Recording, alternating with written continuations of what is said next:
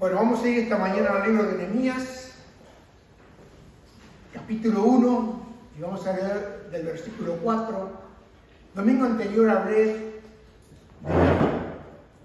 de la introducción de este libro de Nehemías, quién era Nehemías, y dije que en estos 7 capítulos, porque el libro tiene 13 capítulos, pero en 7 capítulos tenemos la respuesta y la manera cómo nuestra vida puede ser restaurada, cambiada, las puertas nuevamente restauradas.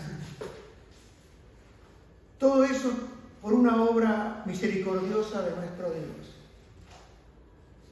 Ahora, para poder uno comenzar la restauración, lo primero que uno tiene que reconocer es que necesita ser restaurado. Eso es lo primero que uno necesita saber. Porque yo no puedo pedir restauración sin saber que necesito ser restaurado. Y hablaba el domingo anterior de que muros rotos son vidas rotas. Puertas quemadas son entradas libremente donde el enemigo puede venir libremente. No hay nada en una ciudad que pueda ser guardada, y más en esa ciudad de Jerusalén, donde estaban a merced de los enemigos. Los enemigos podían entrar y hacer lo que ellos querían porque no había muro en la ciudad, no había puerta en la ciudad. Entonces el enemigo podía acampar a las anchas. Nada se podía guardar en esa ciudad si no había muros, si no había puertas. Y lo mismo sucede con nuestra vida. Nada podemos guardar y nada puede ser de valor si Dios no restaura las puertas y entrada y salida y los muros de nuestras vidas. Necesitamos esa restauración. Ahora, muchos de nosotros no nos damos cuenta de que realmente necesito ser restaurado. Ahora, cuando uno se da cuenta de que necesita ser restaurado, uno necesita comenzar como comenzó Nehemías. ¿Cómo comenzó Nehemías la restauración? ¿Y cómo puedo yo comenzar con la restauración de mi vida? ¿Cómo puede ser restaurada mi alma? ¿Cómo puede ser restaurada mi familia? ¿Cómo puede ser restaurada la ciudad en la cual estamos? ¿Cómo puede ser restaurada la iglesia? Lo que componen la iglesia. Lo que componen la iglesia no es un edificio, son vidas. Y hay muchas vidas que están rotas. Hay muchas vidas que las puertas están quemadas a fuego, como dijo Nehemías. Y hay muchas vidas que no tienen muro de contención. Lo vemos por todos los sitios. Pero lo que más duele es ver a aquellos que están cerca nuestro, sin muros y sin puertas. Y necesitamos. Y cuando el Señor me habló a través de este libro, yo quiero ir llevando a través de la palabra de Dios a un punto donde tú y yo podemos orar a Dios y clamar a Dios por una restauración. Y vamos a ver qué es lo que Él hizo para poder orar como oró Nehemías. Porque debemos orar conforme a la palabra de Dios y ver y reclamar las promesas de Dios. Así que vamos a comenzar acá en Nehemías capítulo 1, versículo 4. Y dice Nehemías: cuando oí estas palabras, me senté y lloré, e hice duelo por algunos días, y ayuné y lloré delante del Dios de los cielos.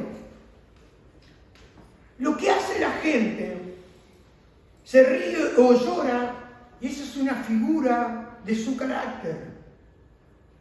Muchos se ríen de la desgracia de los demás, o por aquellos que lloran sus propias desgracias, se ríen.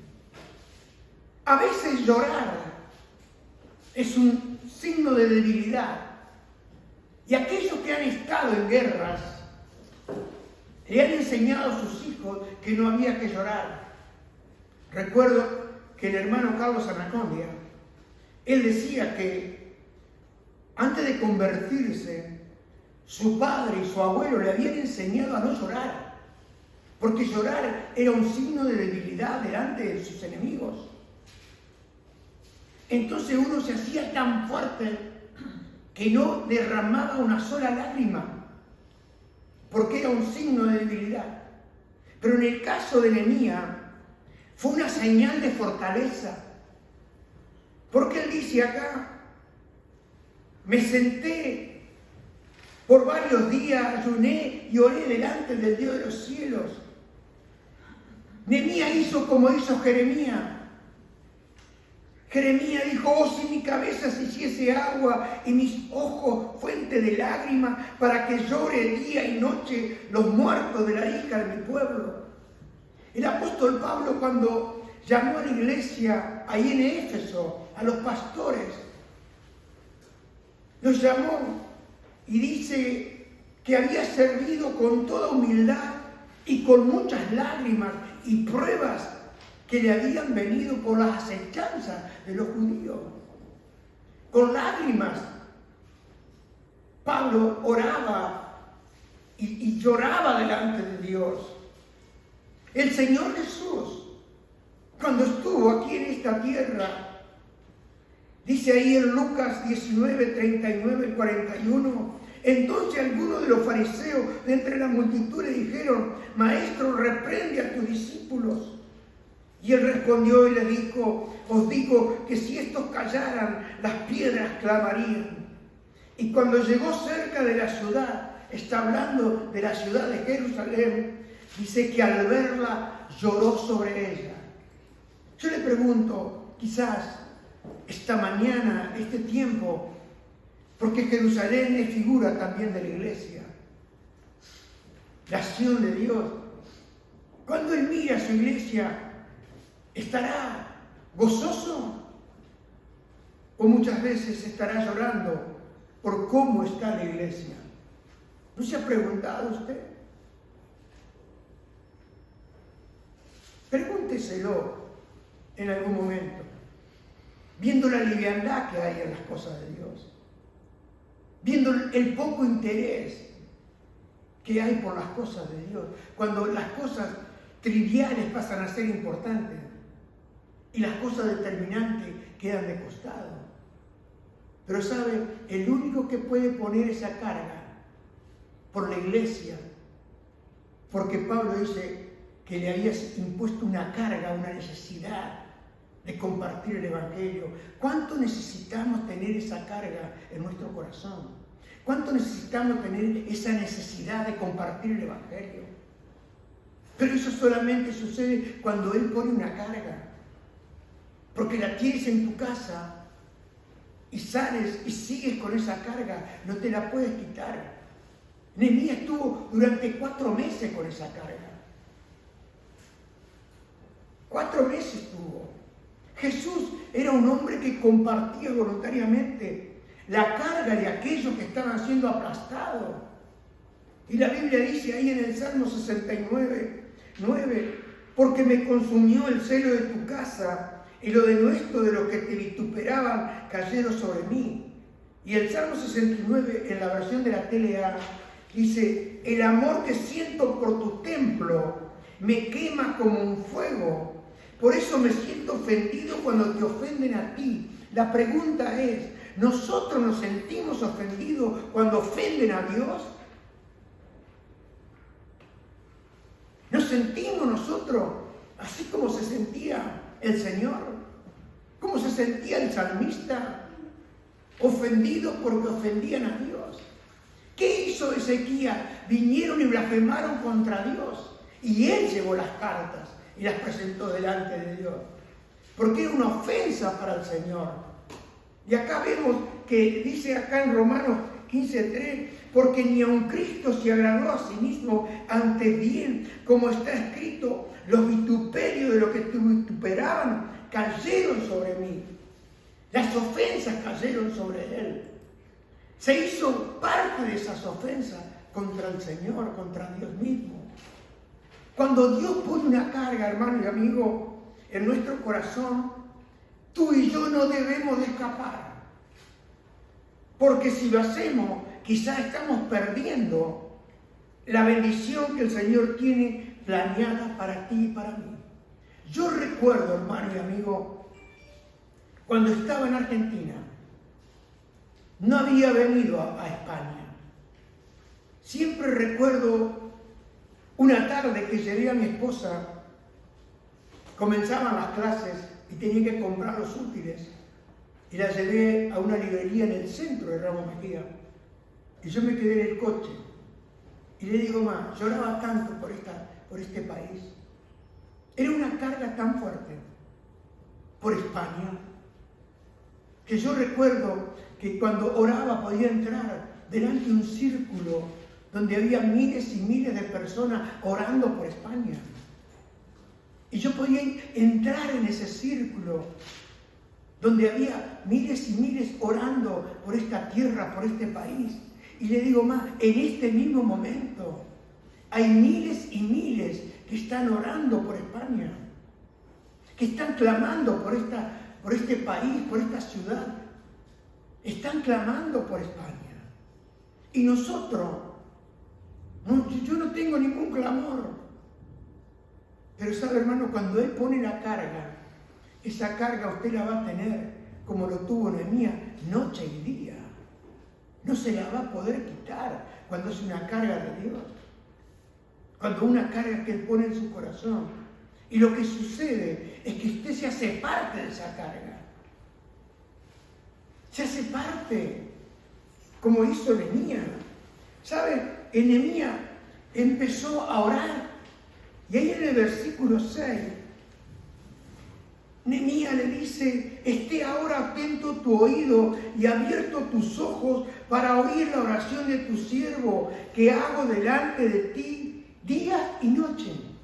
Cuando hay una carga impuesta de Dios en tu vida y en mi vida, es día y noche. Tú puedes trabajar, tú puedes hacer muchas cosas, pero la carga donde paras un instante, la carga está ahí.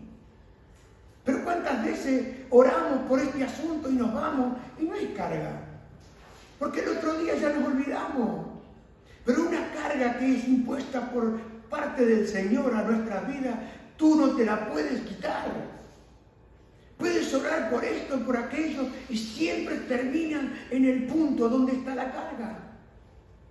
Y Nehemías dice que de día y de noche oraba por los hijos de Israel, tus siervos, y confieso los pecados de los hijos de Israel que hemos cometido contra ti.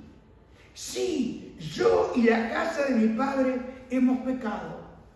En extremo nos hemos corrompido contra ti y no hemos guardado los mandamientos, estatutos, preceptos que diste a Moisés tu siervo.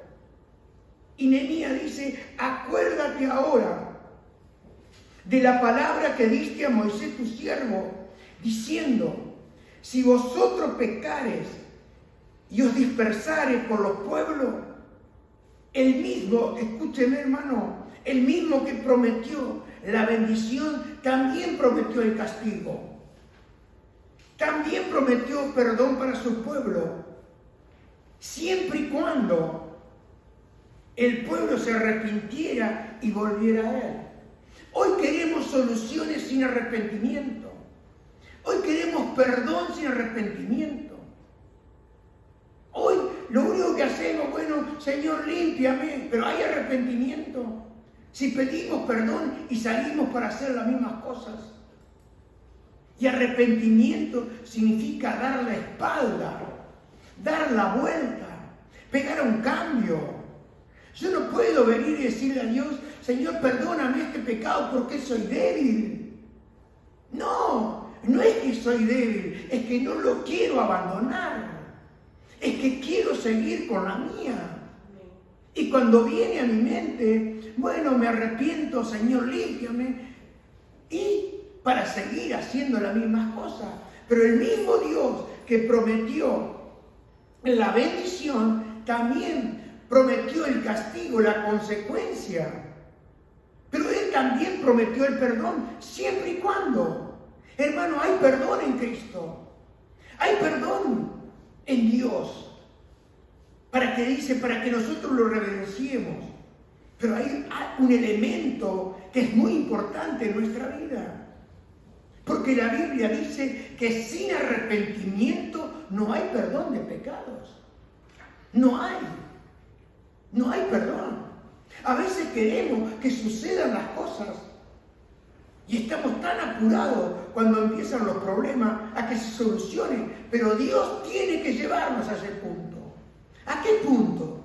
Al punto donde podemos decir y reconocer que hemos pecado, que no hemos guardado los mandamientos, los estatutos y los preceptos que tú diste. Y Nehemías le dice en versículo 9, recordando la promesa que Dios había dicho, que si se volvían, si se arrepentían, Él los restauraría. Y dice versículo 9, pero si os volviereis a mí y guardareis mis mandamientos y los pusiereis por obra, aunque vuestra dispersión fuere hasta el extremo de los cielos, de allí os recogeré y os traeré al lugar que escogí para hacer habitar allí mi nombre. Y el nombre donde Dios ha hecho habitar es Jerusalén, la ciudad llamada la ciudad de Dios. Pero cuando ellos fueron a la tierra prometida y pecaron gravosamente contra Dios, porque hicieron peor que los pueblos circundantes, al contrario, comenzaron a adorar a sus dioses, comenzaron a adorar a los ídolos y abandonaron al Señor. Y Él les dijo que si ellos lo dejaban, Él los dispersaría. Y hasta el día de hoy hay dispersión. Porque en ese tiempo había más o menos unos 3 millones de habitantes en Jerusalén y Judea. Y fueron dispersados cuando vino Nabucodonosor. Cuando Babilonia vino y arrasó la ciudad de Jerusalén y de Judea. Y los llevó cautivo a la ciudad ahí de Nabucodonosor, a Babilonia. ¿Sabe, hermano? Dice, los cielos de allí recogeré y los traeré. El único punto es si nos arrepentimos, si reconocemos. Y acá le dice Nehemías, ellos pues son tus siervos y tu pueblo, los cuales reviviste con tu gran poder y con tu mano poderosa. Nehemías recordó lo que Dios había hecho con el pueblo de Israel ahí en Egipto. Porque Él lo sacó con mano fuerte y con mano poderosa. Él abrió el mar para que el pueblo pasara. ¿Y qué hizo Nehemías? Hizo cuenta, recordó lo que Dios había hecho en el pasado y dice, ellos son tus siervos. Ellos son tus siervos, los cuales tú redimiste. Y se acuerda cuando Dios le dijo a Moisés que los iba a dejar, que los iba a abandonar y que le iba a dar un nuevo pueblo. ¿Y qué es lo que dijo Moisés orando? Le dijo, ¿qué van a decir la gente? ¿Que no los pudiste entrar? ¿Que no los pudiste llevar a la tierra que has prometido? Y dice que el Señor tuvo misericordia. Pero le dijo a Moisés, pero Moisés era como Nehemías, un hombre comprometido con la causa, un hombre comprometido con el pueblo. Y Dios también había puesto una carga en Moisés. Y le dice acá en el versículo 11, Nehemías dice, te ruego, oh Jehová, esté ahora atento tu oído a la oración de tus siervos y a la oración de tus siervos, quienes desean reverenciar tu nombre. Acá Nehemías está orando por él, incluye a todos los demás. Dice, ellos son tus siervos. Quizás estaba orando Nehemías nada más, pero dice, ellos son tus siervos. ¿Sabe por qué? Porque a veces en la familia se necesita uno que se arrepienta para traer la bendición a la casa. Una persona. para traer bendición a su hogar. Y Nehemías dice, ellos son tus siervos. Quizás los que estaban en Jerusalén se habían bajado los brazos. ¿Por qué? Porque 150 años antes, cuando Ciro dio la orden, Esdras había ido a edificar y no pudieron edificar. Pero sabe, hermano, nosotros también podemos mirar hacia atrás y ver que el día aquel, cuando tú te arrepentiste, trajiste bendición para tu casa. Y cuando ellos entraron a la tierra prometida que Dios le había dado, y caminaban con él, Dios los bendijo por todos lados. Pero pasó lo que muchas veces pasa. El pueblo de Israel se fue detrás de la bendición y olvidó al que bendice. Nunca te olvides quién es el que te da las cosas. Nunca te lo olvides, para que no te suceda lo que le pasó al pueblo de Israel, que corrieron tras la bendición y olvidaron a aquel que es el que bendice. Debemos ser conscientes de lo que tú y yo tenemos es por la gracia de Dios, que la bendición de Dios es la que me ha enriquecido y que no me añade tristeza con las cosas que Él me ha dado. Ahora le dice Nehemías, te ruego que esté atento tu oído a la oración de tus siervos y de tus siervos que desean reverenciar tu nombre. Concede ahora buen éxito a tu siervo y dale gracia delante de aquel varón, porque yo servía de copero del rey.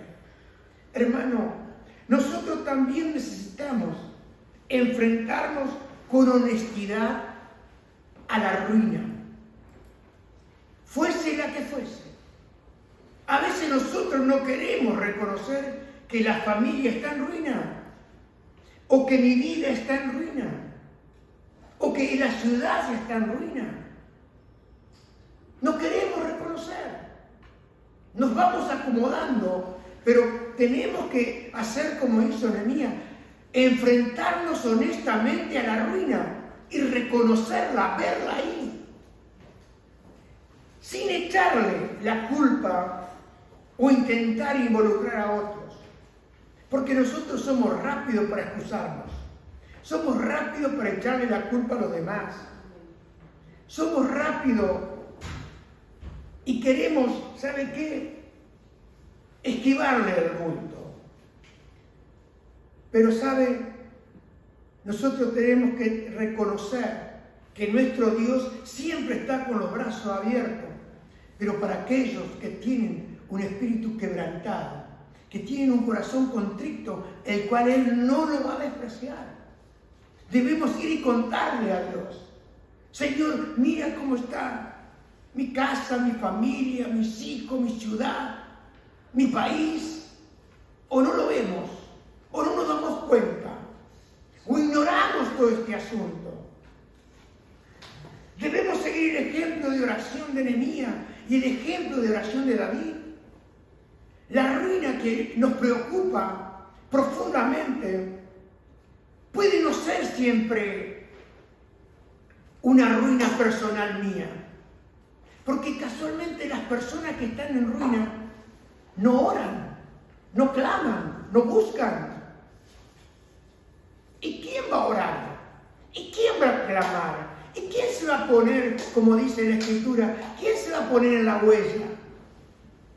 ¿Quién se va a poner ahí a clamar? Aquellos que han sido restaurados, aquellos que saben que pueden orar y hay un Dios que responde. Porque las ruinas no se solucionan solas, alguien tiene que edificarlas. Las puertas no se arreglan solas, alguien tiene que ir a restaurarlas. Y sabe, si uno se siente como se sentía Nehemías y como se sentía David, y quizás usted quiere llorar y lamentarse a Dios y hablarle a Dios por ello, quiero que sepa que Él siempre está atento al clamor de nosotros, al clamor de sus hijos, al clamor de su pueblo. Y ese es el lugar donde nosotros podemos empezar y debemos empezar la restauración. Es empezar donde empezó Nehemías. Empezó orando, empezó clamando, empezó pidiéndole a Dios, a un Dios que responde. Le dice que preste oído y que escuchara la oración de su siervo y de su siervo. Porque Dios es un Dios que presta oración a su pueblo. Presta atención cuando nosotros oramos. Muchas veces, ¿cuántas veces ha habido problemas y no hemos juntado en la iglesia y hemos orado por determinada causa y hemos visto la respuesta de Dios? ¿Por qué? Porque hemos orado como pueblo, hemos orado como cuerpo de Cristo, hemos orado en el nombre de Jesús y hemos visto la respuesta de parte del Señor. La segunda cosa que hizo Nehemías fue arrepentirse de todos sus pecados personales y a la vez los pecados corporativos. Esta era una manera honesta de Nehemías de enfrentarse con su propia culpa. Porque, ¿sabe? En él no había un fariseísmo. Nehemías no le dijo: Señor, estoy pensando en estos terribles pecadores ahí en Jerusalén. Y a veces también nosotros podemos pensar: estoy pensando, Señor, en esos terribles pecadores que están en la iglesia. Y hacemos la del fariseo que fue a la iglesia: Señor, yo te doy los diezmos. Señor, yo no hago mal, no hago esto, no hago aquello. No soy como estos pecadores. Pero dice que había uno allá en el fondo, que lo único que oraba: Señor, sé propicio a mí. Y Jesús dijo que ese se fue antes justificado que aquel que estaba diciendo que era tan bueno, como diciendo: yo no necesito nada de Dios. Hermano, si nosotros nos vamos a involucrar, debemos reconocer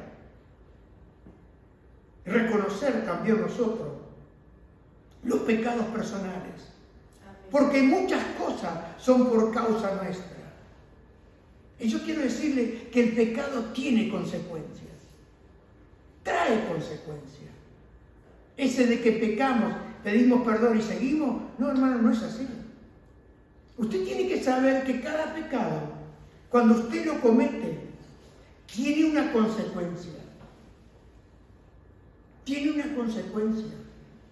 Porque Jesús dijo: la paga del pecado es muerte. Y la primera consecuencia cuando pecamos es que se rompe la comunión con Dios. Y cuando se rompe la comunión con Dios, ¿cómo vamos a clamar por los demás? Lo que hizo Nehemías, se identificó y pidió misericordia. ¿Qué hizo Nehemías? Vio que la situación estaba mal.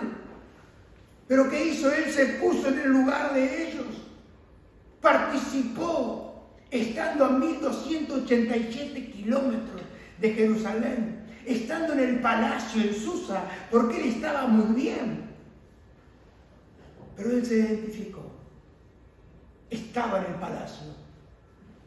Pero él, la carga de Jerusalén, la causa de aquella que él fue un hombre escogido por Dios para preguntar por Jerusalén. Y sabe, la carga fuera tan grande que él no lo pudo esconder. Él se puso a sí mismo en la situación y dijo: Señor, confieso ante ti mis pecados y los pecados de la casa de mi padre. A veces nosotros también tenemos que ir con esta clase de oración. Primero, porque vemos la respuesta de Dios. ¿Cuántas veces hemos visto los pecados de la casa de nuestro Padre? Y muchas causas son por causa de los pecados de nuestro Padre.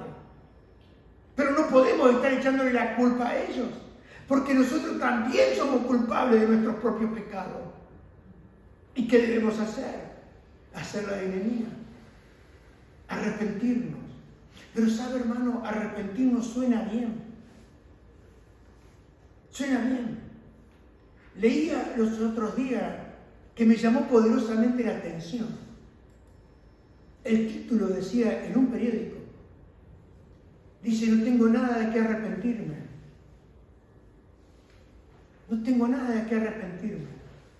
Es una mujer que tiene unos 45, 46 años y tiene muy pocos días de vida.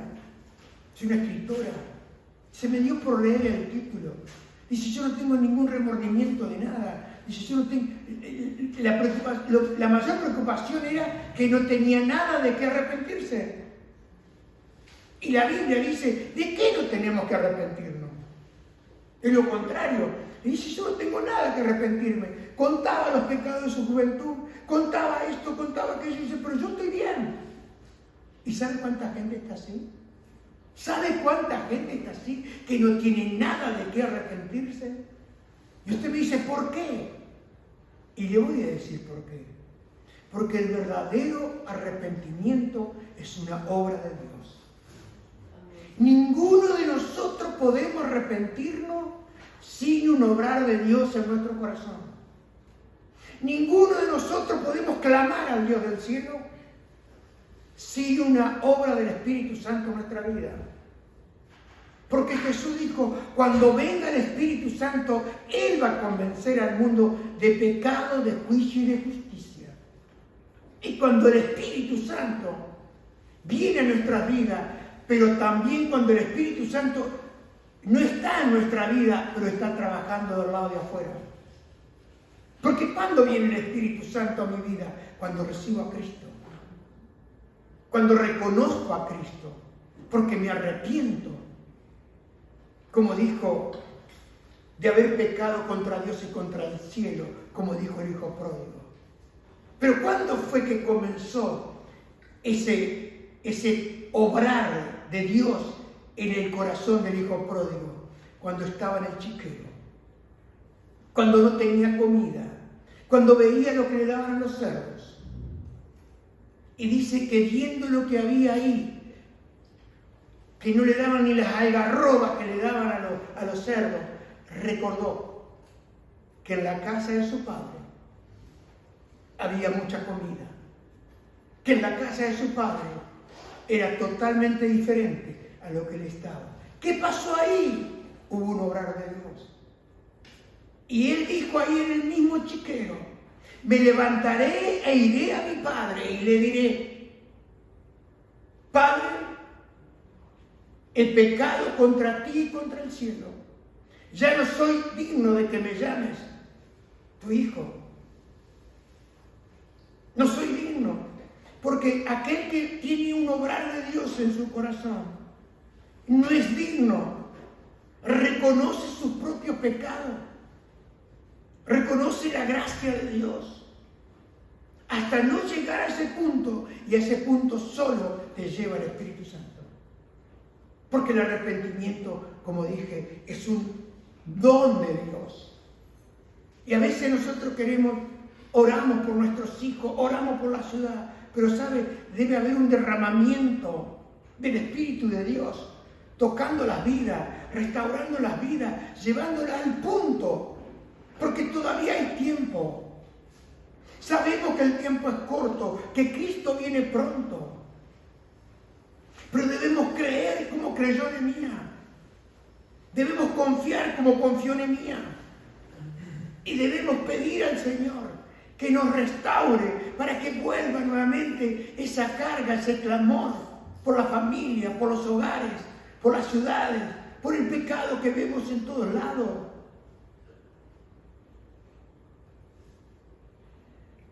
Lo tercero que hizo Nehemías es recordó a Dios sus promesas. Él dijo que ellos habían desobedecido a Dios y por lo que fueron dispersados entre las naciones y acabaron en el exilio. Pero si ellos estaban dispuestos a regresar y reconocer el mal que ellos habían hecho, Dios los traería de regreso a su tierra. Nosotros muchas veces tenemos que orar para que venga ese espíritu de arrepentimiento, que caiga sobre nuestras vidas. Porque arrepentimiento es no volver a eso. Yo no puedo decir, bueno, Señor, con la mano temblorosa y voy y le mando otra copa y le mando otra copa. No, no puedo. No puedo. Porque cuando usted realmente tiene un arrepentimiento, aquello que Él le dice que no lo haga, no lo hace nunca más. Y si llega a tropezar, usted va y le dice, Señor, te he vuelto a fallar, perdóname. Porque hay algo adentro que ha sido quebrado. ¿Está de acuerdo usted con esto? ¿Conoce ese obrar de Dios usted? ¿Sabe que eso es así? Hermano, Nehemías recordó a Dios esta promesa de gracia, la que tenemos ahí en el libro de Job, capítulo 11, 13 al 20. Y dice así: si tan solo preparas tu corazón y levantas tus manos a Él en oración, abandonas tus pecados y dejas atrás toda iniquidad. Mire la promesa. Entonces tu rostro se iluminará con inocencia. Serás fuerte y estarás libre de temor. Olvidarás tu sufrimiento. Será como agua que corre. Tu vida será más radiante que el mediodía y aún la oscuridad brillará como la mañana. Tener esperanza te dará valentía. Estarás protegido y descansarás seguro. Te acostarás sin temor. Muchos buscarán tu ayuda, pero los malos serán cegados, no tendrán escapatoria. Su única esperanza es la muerte. Hermano, acá vemos lo que hizo Nehemías y lo que nos dice el libro de Job. ¿Cuántos queremos que se acabe el sufrimiento? Pero el sufrimiento se acaba. ¿Cuándo? Cuando viene el arrepentimiento. Cuando viene el arrepentimiento. Cuando estamos dispuestos a dejar lo que está mal. Y le pedimos al Señor. Le pedimos la ayuda al Señor. Porque la cuarta cosa que hizo Nehemías fue pedir la ayuda concreta para comenzar el proceso de restauración.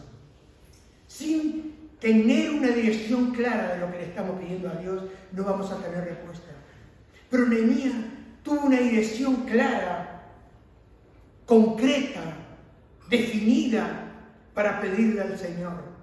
Y Nehemías confiaba que Dios trabajaría en el corazón del rey Artajerjes.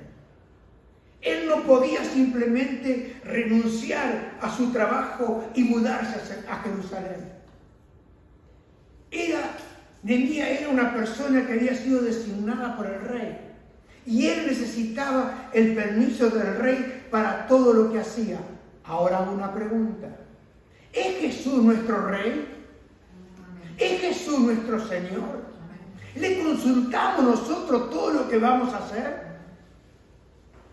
¿Le pedimos al Señor todo aquello que vamos a hacer? ¿Le pedimos a Él permiso?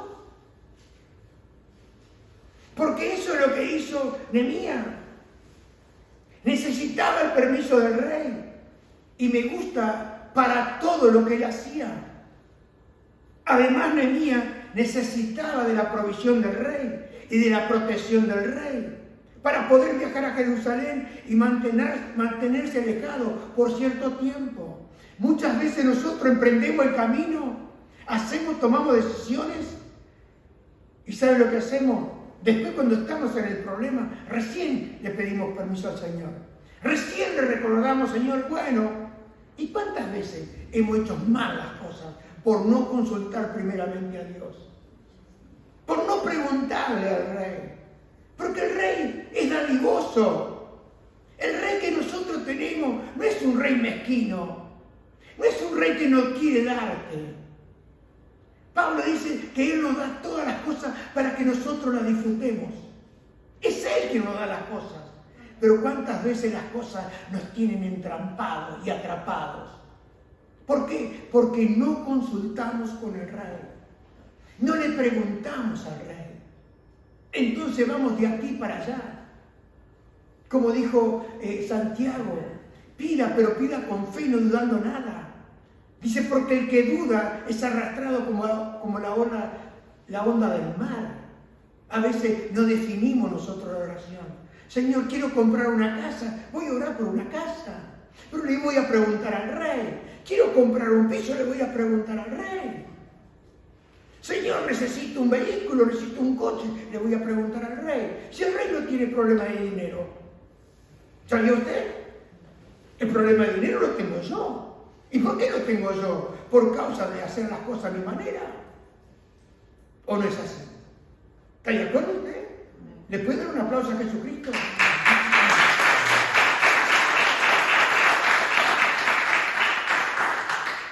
Porque si consultamos a Él, muchas de nuestras cosas que nosotros llamamos males, serían bendiciones de Dios. ¿Y qué hace Él? Trabaja con nosotros para llevarnos al punto donde realmente reconocemos. Porque, hermano y amigo, sin la autoridad del rey para gobernar, sin una guardia oficial para el viaje y el derecho de usar los materiales del bosque del rey, todo el proyecto de Nehemías estaba destinado a fracasar.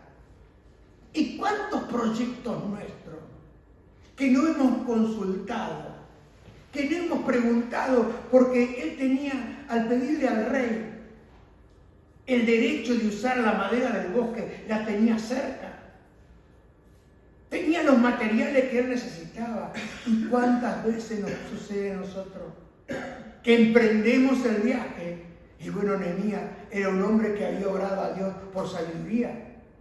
Y él había hecho un inventario. Dice, si yo no cuento con la mano de Dios, este proyecto se acaba. Está destinado al fracaso. Por eso vemos tanto fracaso en la familia. Por eso vemos tanto fracaso en lo económico. Por eso vemos tanto fracaso en lo social. ¿Sabe por qué? Porque son todos proyectos del hombre, pero no está Dios metido en ese proyecto. Y Nehemías lo que hizo fue meter a Dios en el proyecto, porque también Dios le había puesto la carga. Yo recuerdo cuando vine a España, yo pensaba que iba a venir cuando sea viejo a España. Pero sin embargo, cuando tú comienzas a orar por una causa, cuando tú terminas, te empiezas a involucrar tanto en la causa, que cuando Él te llama, tú ya estás dispuesto para ir. Pero primeramente, Dios comienza a obrar con el obrero. Dios comienza a obrar. Comenzó a obrar en Nehemías 4 meses antes. 4 meses antes de escuchar la información de su hermano, de decir cómo estaba la Jerusalén, decir cómo estaba el remanente. Y él lo que hizo fue pedirle a Dios. ¿Por qué? Porque él conocía lo que eran los reinos. Él conocía lo que era el Tajerje. Porque los reyes en ese tiempo eran reyes déspotas. Hacían lo que ellos les hacían. Y el que le decía que no algo, le cortaban la cabeza. Y él pidió, Señor, por favor. Y no eran fáciles de convencer. Pero ¿qué dice la Biblia? Ahí en Proverbios 21:21. Y eso quiero que usted lo tome muy en cuenta esta mañana. Cuando ore por asuntos difíciles, cuando ore por asuntos que para usted parecen imposibles, cuando ora por personas que son déspotas, que no ceden un ápice, quiero que recuerde este versículo de las Escrituras. Como los repartimientos de las aguas, así está el corazón del rey en la mano de Jehová. A todo lo que quiere lo inclina. A todo lo que quiere lo inclina. Y Nehemías había orado, ahí en el versículo 11. Te ruego, Jehová, esté ahora atento tu oído a la oración de tus siervos y a la oración de tus siervos, quienes desean reverenciar tu nombre y le piden. Concede ahora buen éxito a tu siervo y dale gracia delante de aquel varón, porque yo servía de copero del rey. Nehemías pidió algo muy importante. Pidió éxito para cuando hablara con el rey. Y no era fácil hablar con el rey. Porque sabe, hermano, si usted iba y le pedía al rey que quería ir a Jerusalén, cuando usted estaba sirviendo al rey, él hubiese pensado como un desprecio al rey. Entonces él necesitaba esperar el momento para poder hablar con el rey. Y sabe, hermano, cuántas veces nosotros nos precipitamos para hacer las cosas. Cuántas veces nos precipitamos sin esperar el momento de Dios. No esperamos el tiempo de Dios, pero Nehemías siguió orando, hasta que un día, lo veremos, el rey le preguntó, ¿qué te pasa? Y él entendió que era el momento. A veces, hermano, nosotros le queremos compartir el evangelio a las personas, pero si todavía no nos preguntan, sabemos que no están perdidos, que ellos no saben que están perdidos. El que sabe que están perdidos es tú. Pero han preguntado, ¿qué debo hacer para ser salvo? ¿Cómo puedo ser salvo yo y mi casa? ¿Cómo puede ser salva mi familia? No lo han preguntado. ¿Sabe por qué? Tenemos que seguir orando, esperando el tiempo de Dios. ¿Por qué? Porque le vamos a decir algo que no quieren escuchar. No hay peor cosa que hablarle a una persona que no quiere escuchar. ¿Sabe por qué? Porque no te va a escuchar. No te va a escuchar. Si no hay un obrar del Espíritu Santo del lado de afuera, trayendo convencimiento, que busque ayuda, esa persona cada vez busca ayuda, pero de otro lado. ¿Está de acuerdo usted con este asunto? ¿No le ha pasado a usted que va a hablarle de Jesús y ni quiere escuchar? Piensa, le dices de Jesús y piensa que es el portero de la esquina, porque acá hay mucho Jesús. ¿No le ha pasado? Mira, acá en el hotel mismo tenemos a Jesús, que es el encargado de mantenimiento. Quiere decir que Jesús hay muchos, pero Jesús que salva es el Cristo, el que le envió. Hermano, Nehemías creía que Dios lo ayudaría. Y la manera que él empezó fue orando. Orando. Y fue pidiendo gracia y fortaleza para seguir los pasos necesarios para empezar la recuperación. La pregunta es, para terminar, ¿estamos nosotros experimentando ese poder sanador de un arrepentimiento contrito y humillado? Es una pregunta. ¿Reconocemos nosotros los efectos de nuestros pecados en las vidas de otras personas?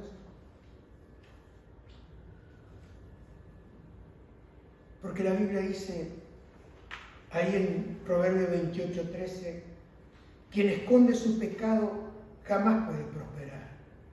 Quien lo confiesa y lo deja, recibe perdón. Yo creo que esta mañana, el lugar donde nosotros podemos empezar esta mañana es pidiendo a Dios que envíe una lluvia a nuestras vidas, que envíe un derramar de su Espíritu Santo. Porque mire, Dios obra en los momentos imposibles, donde usted ve que ya no hay más esperanza, es justamente donde Dios se presencia. Todos los avivamientos han comenzado cuando las vidas tocaron fondo, cuando aparentemente no había ninguna esperanza. Y si usted mira hoy, tanto económica como políticamente, usted ve eso, está todo perdido. Bueno, justamente es el momento donde nosotros necesitamos ser restaurados para poder creer a Dios por un gran avivamiento en España, un gran avivamiento en nuestra iglesia, un gran avivamiento en nuestras propias vidas. Pero necesitamos pedirle, primeramente, que Él envíe la lluvia, que Él envíe la lluvia a nuestras vidas. Necesitamos pedirle que Él derrame en su espíritu, ese espíritu de convicción, que me muestre lo que está mal, que me muestre lo que no debo hacer, que me muestre el camino en el cual yo debo seguir. Necesitamos que Él envíe el fuego de su Espíritu Santo para que sane las heridas. Muchos de nosotros estamos heridos. Y no heridos entre nosotros, sino heridos con Dios. Porque no respondió de esa manera, porque no hizo de esta manera. ¿Me entiende o no me entiende? Nos enojamos con Dios, no le decimos a nadie, pero estamos heridos. ¿Por qué perdí esto? ¿Por qué pasó aquello? ¿Por qué causa fue esto? ¿Por qué mi hijo? ¿Por qué mi hija? ¿Por qué la ciudad? ¿Por qué esto? ¿Por qué aquello? Estamos llenos de por qué. Y necesitamos que Él sane nuestras heridas. Necesitamos que Él nos renueve, una renovación de nuestro espíritu. ¿Cuántos de ustedes se dan cuenta que ya no es lo mismo que hace unos años atrás en su vida? ¿Cuántos se dan cuenta que ese amor ardientemente por Él ha ido menguando en su vida? ¿Cuántos de ustedes se han dado cuenta que ya la prioridad no está en las cosas de Dios? Que tengo otra clase de prioridades. Y Dios no dice que dejes de trabajar. Dios no dice que dejes tu trabajo. No. Porque la Biblia dice: busca primeramente el reino de Dios y su justicia, y todas las demás cosas serán añadidas para tu vida. Pero nosotros tenemos casi un mundo al revés. Nos sentimos, yo esta mañana puedo orar acá con usted y orar por ese arrepentimiento, pero hermano, necesitamos hacerlo en conjunto. Todos necesitamos una restauración. Todos necesitamos volver a ese lugar donde el fuego del Espíritu Santo quema nuestro corazón. Y yo le digo esto porque yo creo que Él va a enviar su fuego. Yo creo que Él va a enviar esa lluvia. Yo creo que Él va a llenar tu vida y mi vida con una nueva esperanza, con una nueva visión. Porque para tener esta visión necesitamos tener una visión de parte de Dios. Para poder ver a aquel que camina, y cuando vamos caminando nuestro corazón se contrista al ver la condición. Pero hoy lo miramos, decimos, tantos perdidos. Pero nos olvidamos que un día nosotros estábamos perdidos también. Y que hubo alguien que nos llevó delante de Dios en oración, porque estábamos perdidos. Y tiene que recordar que Cristo Jesús vino justamente a buscar lo que estaba perdido. Por eso esta mañana vamos a cantar una canción. Y a medida que la vamos cantando, quiero que usted piense en esta canción. Porque esta canción me la recordó el Espíritu Santo esta semana. Y yo creo que justamente en este libro, y le voy a ser sincero, estaba por cambiar este lunes de dirección de lo que iba a compartir. En estos 15 días que estuvimos de vacaciones, estuve prácticamente todas las mañanas trabajando en este libro. Trabajando en este libro de Nehemías. Porque realmente miraba, como le dije el domingo anterior, que no hay puertas, que no hay muros, que hay una gran degradación.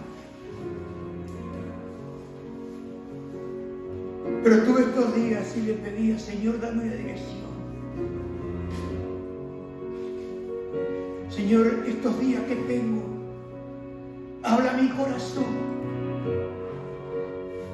para llevar un mensaje fresco al pueblo, para llevar una palabra al pueblo, una palabra donde todos nos involucremos, una palabra donde todos podamos mirar como hizo Nehemías. Porque Él dijo: yo y la casa de mi padre. Él dijo: yo soy tu siervo y tus siervos quieren reverenciarme. Y el lunes orando, el Señor me dio esta canción. Quiero que la cante, ¿verdad?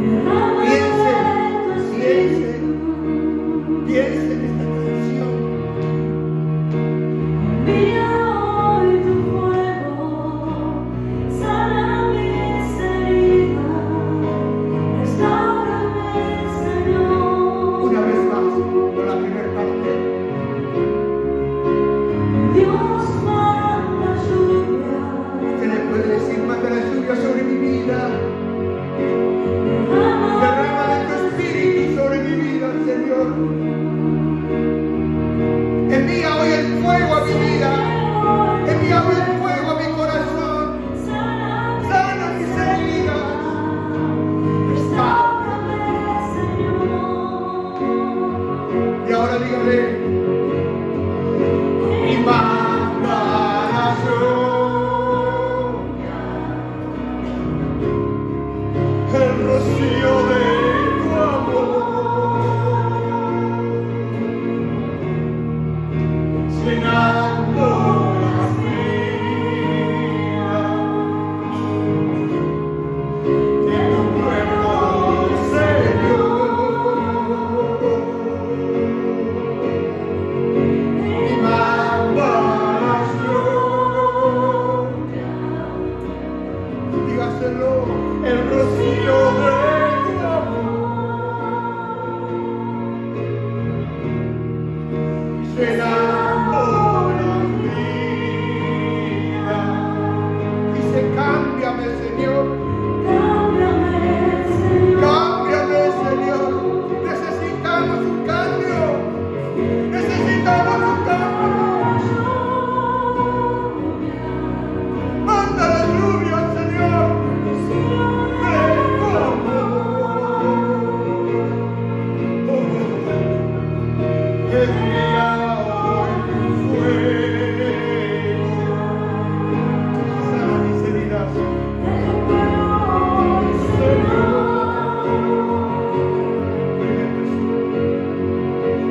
Dios manda derrama de tu espíritu.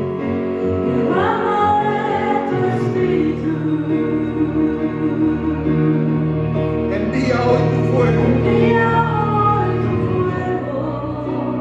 Sana mis heridas. Restaurame, Señor. Manda la lluvia. Y manda la lluvia. Ese rocío del amor del Espíritu de Dios. Ese amor de Dios que se derrama en el corazón. Ese amor de Cristo por tu vida, por mi vida y por los perdidos. Manda la lluvia, Señor. Manda la lluvia para que suba en tu amor. Manda la lluvia para ser parte, para contristarnos el corazón de tu pueblo, Señor. Aleluya. Cámbiame, Señor. Se anima a decirle, cámbiame, Señor. Pero solamente podemos pedirlo si reconocemos que estamos mal, si reconocemos que no hemos desviado del camino, si reconocemos, como dijo Nehemías, sí, Señor, yo y la casa de mi padre hemos pecado. No le echamos la culpa. Nosotros somos culpables. Aún somos culpables del desvío de nuestros hijos muchas veces. Perdónanos, Señor. Perdónanos, Señor. Y manda la lluvia. Manda, Señor, ese rocío de tu amor que me convence el corazón, para que pueda ser como Nehemías día y noche clamando delante de ti. Porque no quiero verlos perdidos, no quiero ver salvos, no quiero ver restaurados, no quiero ver comprometido contigo, comprometido en la causa, comprometido con el Evangelio de Cristo, para ser parte de la gran comisión de Jesús, que vayamos y prediquemos el Evangelio. Cámbiame, Señor.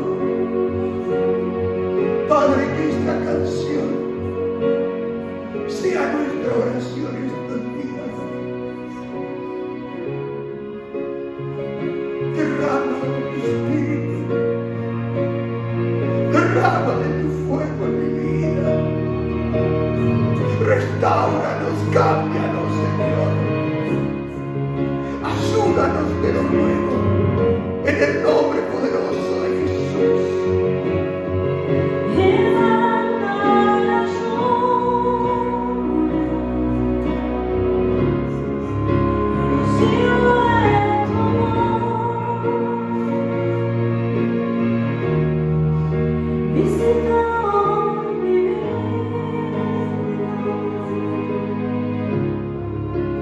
Come